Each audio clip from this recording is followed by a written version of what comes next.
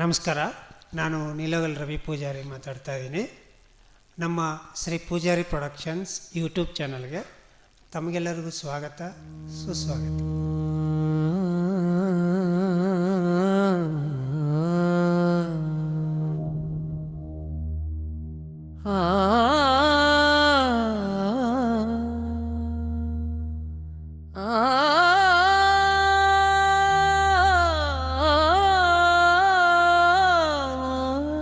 ಇವತ್ತಿನ ವಿಷಯ ದಾಸರ ಬಗ್ಗೆ ಮಾತಾಡ್ತಾ ಇದ್ದೀನಿ. ನಮ್ಮ ಕರುನಾಡಲ್ಲಿ ದಾಸ ಶ್ರೇಷ್ಠರು ಎಷ್ಟೊಂದೆಲ್ಲ ಕೊಡುಗೆಗಳನ್ನು ಕೊಟ್ಟಿದ್ದಾರೆ. ಯಾವ್ಯಾವ ರೀತಿಯ ಕೊಡುಗೆಗಳನ್ನು ಕೊಟ್ಟಿದ್ದಾರೆ, ಎಂತಹ ಒಂದು ಅದ್ಭುತವಾದ ಕನ್ನಡ ಸಾಹಿತ್ಯವನ್ನು, ಸಂಸ್ಕೃತವನ್ನು ಕಾವ್ಯ ರೂಪದಲ್ಲಿ, ಕವನಗಳ ರೂಪದಲ್ಲಿ, ಮಹಾನ್ ಗ್ರಂಥಗಳ ರೂಪದಲ್ಲಿ ನಮಗೆ ನೀಡಿದ್ದಾರೆ. ಅಂಥ ಒಂದು ಸಾಹಿತ್ಯ ಭಂಡಾರಕ್ಕೆ ಸಂಬಂಧಪಟ್ಟಂತೆ ನಮ್ಮ ನಾಡಿನಲ್ಲಿ ಎಂತೆಂಥ ದಾಸ ಶ್ರೇಷ್ಠರು ಇದ್ದರೂ ಅವರೆಲ್ಲ ಹೇಗೆ ಸಾಹಿತ್ಯದ ಶ್ರೇಷ್ಠತೆಯನ್ನು ಹೇಗೆ ಸಾರಿದ್ರು ಅನ್ನೋದ್ರ ಬಗ್ಗೆ ಮಾತಾಡ್ತಾ ಇದ್ದೀನಿ. ಅದರಲ್ಲಿ ವಿಶೇಷವಾಗಿ ನಾನಿವತ್ತು ಮಾತಾಡ್ತಿರೋದು ರಂಗೋಲಿ ದಾಸ. ರಂಗೋಲಿ ದಾಸ ಅಂತ ನಿಮಗೆ ಯಾರಾದರೂ ಗೊತ್ತಾ? ಎಸ್, ರಂಗೋಲಿ ದಾಸ ಅಂತ ಒಬ್ಬ ಮಹಾನ್ ದಾಸನಿಗೆ ಕರೀತಾಯಿದ್ರು. ಅದು ಯಾಕೆ ಕರೀತಾಯಿದ್ರು ಅಂತ ವಿಡಿಯೋದಲ್ಲಿ ಮುಂದೆ ಹೇಳ್ತೀನಿ. ನಮಗೆ ದಾಸರು ಅಂತ ನೆನಪಾದಾಗ ಕನಕದಾಸರು, ಪುರಂದರದಾಸರು, ರಾಮದಾಸರು, ಜಗನ್ನಾಥ ದಾಸರು ಕೂಡ ದಾಸ ಶ್ರೇಷ್ಠರಲ್ಲಿ ಒಬ್ಬರು. ಈ ಜಗನ್ನಾಥ ದಾಸರ ಬಗ್ಗೆ ನಾನು ಇವತ್ತು ಮಾತಾಡ್ತಿದ್ದೀನಿ. ಅವರನ್ನೇ ರಂಗೋಲಿ ದಾಸ ಅಂತ ಕರೀತಾಯಿದ್ರು. ಅಲ್ಲಿವರೆಗೂ ನಮ್ಮ ಚಾನಲನ್ನು ಯಾರನ್ನು ಹೊಸದಾಗಿ ನೋಡ್ತಾ ಇದ್ದರೆ ದಯವಿಟ್ಟು ಸಬ್ಸ್ಕ್ರೈಬ್ ಮಾಡ್ಕೊಳ್ಳಿ. ಹಾಗೆ ಈ ವಿಡಿಯೋನ ಲೈಕ್ ಆ್ಯಂಡ್ ಶೇರ್ ಮಾಡಿ ಅಂತ ಈ ಮೂಲಕ ಕೇಳ್ಕೊಳ್ತಾ ಬನ್ನಿ. ಹಾಗಾದರೆ ನಮ್ಮ ಕನ್ನಡ ಸಾಹಿತ್ಯದ, ಕನ್ನಡ ನಾಡಿನ ಶ್ರೇಷ್ಠ ದಾಸರಲ್ಲಿ ಒಬ್ಬರಾದ ಜಗನ್ನಾಥ ದಾಸರ ಬಗ್ಗೆ ಒಂದು ಸಣ್ಣ ಪರಿಚಯವನ್ನು ನಾನು ಮಾಡೋಕ್ಕೆ ಪ್ರಯತ್ನ ಮಾಡ್ತೀನಿ.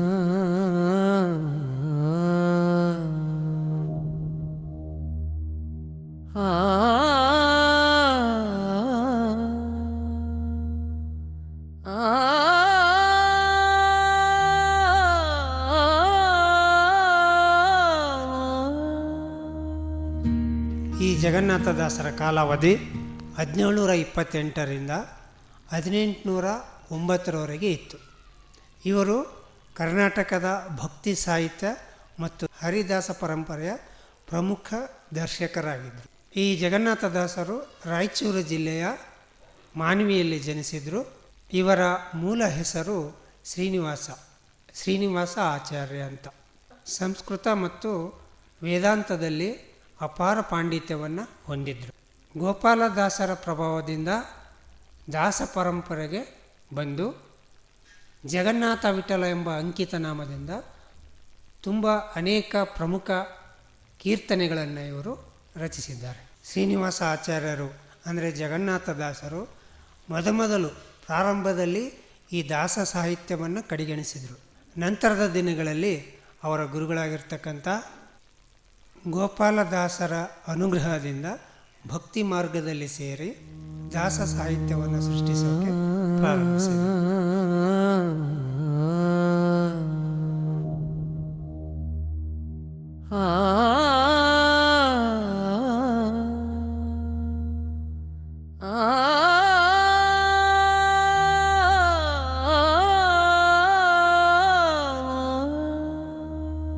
ನಾನಾಗಲೇ ಹೇಳಿದ್ದೆ ರಂಗೋಲಿ ದಾಸ ಅಂತ. ಈ ಜಗನ್ನಾಥ ದಾಸರಿಗೆ ರಂಗೋಲಿ ದಾಸ ಅಂತ ಕರೀತಾಯಿದ್ರು. ಯಾಕೆಂದರೆ ಈ ಜಗನ್ನಾಥ ದಾಸರು ರಂಗೋಲಿ ಹಾಕೋದ್ರಲ್ಲಿ ತುಂಬ ಪ್ರವೀಣರಾಗಿದ್ದರು. ಅದ್ಭುತವಾಗಿ ರಂಗೋಲಿಯನ್ನು ಹಾಕ್ತಿದ್ರು. ಹಾಗಾಗಿ ಜನರು ಈ ಜಗನ್ನಾಥ ದಾಸರನ್ನು ರಂಗೋಲಿ ದಾಸ ಅಂತ ಕರೀತಾಯಿದ್ರು. ಇನ್ನು ಇವರ ಶ್ರೇಷ್ಠ ಕೃತಿಗಳ ಬಗ್ಗೆ ಮಾತಾಡೋದಾದರೆ ಇವರ ಹರಿಕಥಾಮೃತ ಸಾರ ಎಂಬ ಅದ್ಭುತವಾದ ಕಲಾಕೃತಿ ಕನ್ನಡ ಸಾಹಿತ್ಯದ, ಕನ್ನಡ ಭಾಷೆಯಲ್ಲಿರುವ ಅದ್ವಿತೀಯ ತತ್ವಶಾಸ್ತ್ರದ ಗ್ರಂಥವಾಗಿದೆ. ಮಧ್ವಾಚಾರ್ಯರ ಸಿದ್ಧಾಂತವನ್ನು ಜನಸಾಮಾನ್ಯರಿಗೆ ಸರಳವಾಗಿ ತಲುಪುವ ಹಾಗೆ ಈ ಒಂದು ಕೃತಿಯಲ್ಲಿ ಬಿಂಬಿಸಿದ್ದಾರೆ. ಇದಲ್ಲದೆ ತತ್ವ ಸುಬೋಧಿನಿ ಮತ್ತು ಗಿರಿಜಾ ಕಲ್ಯಾಣ ಎಂಬ ಗ್ರಂಥಗಳನ್ನು ಕೂಡ ಕೃತಿಗಳನ್ನು ಕೂಡ ಇವರು ರಚಿಸಿದ್ದಾರೆ. ಇವರನ್ನು ಪುರಂದರದಾಸರು, ವಿಜಯದಾಸರು ಮತ್ತು ಗೋಪಾಲದಾಸರ ಜೊತೆ ಸೇರಿಸಿ ದಾಸ ಚತುಷ್ಟಯ ಎಂದು ಕರೀತಾರೆ. ಇವರ ಕೀರ್ತನೆಗಳು ಭಕ್ತಿ, ಜ್ಞಾನ ಮತ್ತು ವೈರಾಗ್ಯವನ್ನು ಬಿಂಬಿಸ್ತವೆ. ಈಗಿನ ರಾಯಚೂರು ಜಿಲ್ಲೆಯಲ್ಲಿರುವ ಮಾನ್ವಿಯಲ್ಲಿ ಇವರ ಬೃಂದಾವನವಿದೆ. ಭಕ್ತರ ಪವಿತ್ರ ಸ್ಥಾನವಾಗಿದೆ. ಇದು ಗೆಳೆಯರೆ, ಇಂದಿನ ಅಧ್ಯಾಯದಲ್ಲಿ ದಾಸಶ್ರೇಷ್ಠರ ಬಗ್ಗೆ ಮಾತನಾಡುತ್ತಾ ನಮ್ಮ ರಾಯಚೂರು ಜಿಲ್ಲೆಯ ಮಾನ್ವಿಯ ಜಗನ್ನಾಥದಾಸರ ಬಗ್ಗೆ ನನಗೆ ಸ್ವಲ್ಪ ತಿಳಿದಷ್ಟು ಈ ವಿಷಯವನ್ನು ಹಂಚಿಕೊಂಡಿದ್ದೀನಿ. ಇದೇ ರೀತಿ ಇನ್ನೂ ನಮ್ಮ ನಾಡಿನ ಅನೇಕ ದಾಸಶ್ರೇಷ್ಠರ ಬಗ್ಗೆ ಪರಿಚಯ ಬರುತ್ತೆ. ಅಲ್ಲಿವರೆಗೂ ನಮ್ಮ ಚಾನಲನ್ನು ಯಾರನ್ನು ಹೊಸದಾಗಿ ನೋಡ್ತಾ ಇದ್ದರೆ ದಯವಿಟ್ಟು ಸಬ್ಸ್ಕ್ರೈಬ್ ಮಾಡ್ಕೊಳ್ಳಿ.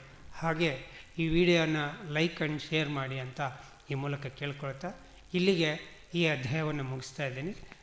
ನಮಸ್ಕಾರ.